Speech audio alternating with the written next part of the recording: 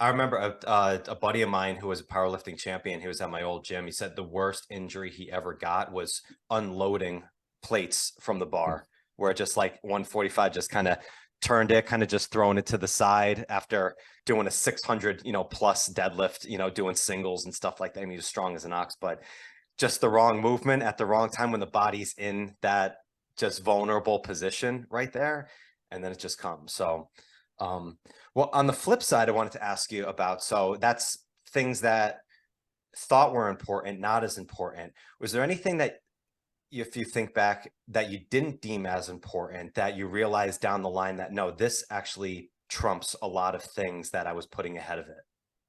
Yeah, oh yeah. That's my basic philosophy now that I'm over 40 is based on this. And I guess I had trying to remember when this was. It was probably 96, 97. I had a mentor, a coaching mentor, my weightlifting coach, Alfonso Duran. And he was a brilliant man. He was a Cuban emigre. He was kicked out of Cuba by Castro. I think it was the Mariana boat lift. I think that's what it was called when Castro opened all the jails and released Yeah. all the criminals, right, and Mhm. sent them to Miami. Yep. Well, he was one of those guys, but he was on the Cuban pre-select Olympic lifting team, and that was the team that was chosen to travel to compete internationally, but hadn't yet traveled. And the reason he wasn't allowed to travel is because he refused to become a member of the Communist Party, right? So, Mhm. long story long, he ended up in America. He has a master of sport, or he had a master in sport. They didn't take it away from Alfonso's past. So, Mhm. and so he was trained by probably one of the greatest Soviet coaches, weightlifting coaches of all time, Medvedev, Alexei Medvedev, who's a world champion and who was the Olympic team coach, right? Mhm. The national team coach. Yep.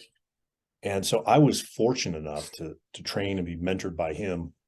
And I would bring him all kinds of Soviet material, right? And he just said to me one day, because I think I had finished my postgraduate work and I was working full time. So I'd either go up to New York City. I was living in New Jersey at the time. I'd get up at like 4:30, 5 o'clock in the morning, Mhm. catch a train, go in, train people all day, come home. Or I'd split my time between New York City and one of the local gyms. And he said, what you read in these yearbooks, he's like, this is for qualified athletes, right? This is not for normal people. He said, you can't take this stuff verbatim, right, and emulate it in the real world. I was like, what are you talking about? Don't you know who I am? I'm a hard worker. Like I'll do whatever it takes. He says, no, you don't understand.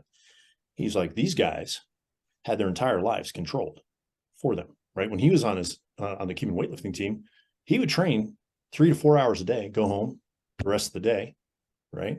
And at the end of at the end of every month, so every 30 days, he go down to the manufacturing plant for which he supposedly worked, and he picked up a paycheck, right? And every month at the end of the month, he also got a penicillin shot, right? And he always joked. He said, "Yeah, but I'm not sick." And they go, "Yeah, see, it's working, right?" But it wasn't penicillin. You know what I'm saying? Yeah, it's restorative is the word, right? Restoratives. That's right. Yeah. They were active restoratives. Mhm. And so he It's had that. vitamin S, I believe. Vitamin S, Yes. as we Okay. call it Yeah. today, Fill in the as some of blanks, us call it, everybody. Yeah. right? So he said these training protocols are based on that lifestyle. They're not designed for the man or woman, and in my case, it was man, right?